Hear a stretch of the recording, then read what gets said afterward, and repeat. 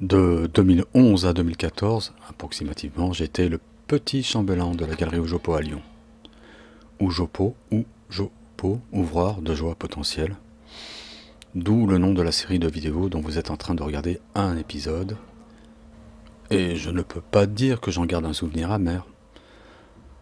Je ne peux pas non plus me prononcer mieux dans le sens inverse. Mais si c'était à refaire, disons que, comme on dit aux States, I would have done better to insert a pine cone in my ass. Ce qui signifie, littéralement, il aurait été préférable que je me mouille mieux la nuque d'abord. Enfin... Ça aura été 4 années très intenses, très fébriles, très anxieuses, pour lesquelles j'aurais abandonné pêle-mêle beaucoup de calories, beaucoup d'argent, beaucoup de nerfs, beaucoup d'illusions, et je suis tenté de dire d'abord beaucoup de temps. Mais ça, ce serait mal, même si, tout compte fait, ça fera près de 4 années quand même, hein. Et avec ça, qu'est-ce que je vous sers ? Je ne peux pas me plaindre rétrospectivement d'une situation que j'étais bien seul à souhaiter me faire, d'un bourbier dans lequel personne ne m'a poussé. Et ce, d'autant moins qu'à Loujopo, il y a eu de très belles expos.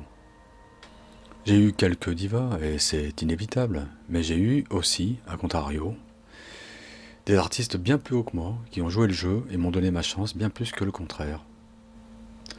J'ai aussi, objectivement, foiré tout seul des rendez-vous, je sais précisément avec qui je n'aurais pas dû travailler, mais je pars surtout avec le regret de la seule expo que j'aurais dû essayer de faire, et que je n'ai pas faite.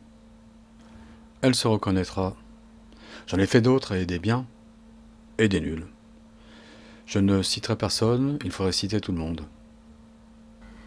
Et à l'arrivée, j'ai moins que jamais tendance à louer ma clairvoyance, tandis que, à contrario, s'il vole un responsable, il est devant vous, qu'il vienne le chercher. Le métier que j'ai tenté d'exercer à cette époque-là n'était d'évidence pas un métier pour moi. Coincé entre l'ego souvent conquérant de l'artiste et l'ego souvent boursouflé du collectionneur, et parfois c'était l'inverse, moi je n'ai pas eu l'ego charpenté de l'entremetteur et je me suis fait bouffer.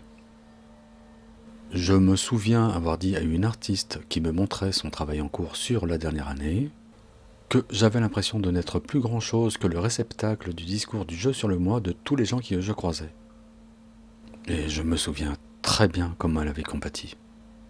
Dans ses yeux, j'avais lu l'incrédulité. Je suis en train de lui montrer mes dessins, et lui, il me parle de lui. Vraiment, on en est là. Cet artiste avait déjà eu le loisir de jeter tous ses feux dans ma galerie et d'éblouir conséquemment son siècle, et je la suivais pour le futur, alors que de futur, il n'y en avait déjà plus pour moi. J'étais pendu, j'avais les yeux au cul, et je me demandais quand diable j'allais avoir seulement le loisir de me rendre compte que j'étais en train de me noyer. Je commençais à couiner, non pas à appeler à l'aide, mais à demander un temps mort. Et le temps mort, je l'ai eu. Au dépôt de bilan, mais je l'ai bien eu. Merci les copains. Par chance, c'est peu de temps après que j'ai achevé le long périple de Delvan Ostrich, les 20 dernières pages de La route du retour de Jim Harrison. C'était un matin sur mon marché de la création et je n'ai pas du tout réussi à contenir mon chagrin. Il a fallu que j'aille me cacher dans le parking souterrain pour chouiner. Et j'ai fini avec le blanc des yeux en sang. Mais c'est aussi une tristesse objectivement régressive de perdre une amie imaginaire imaginée par un autre.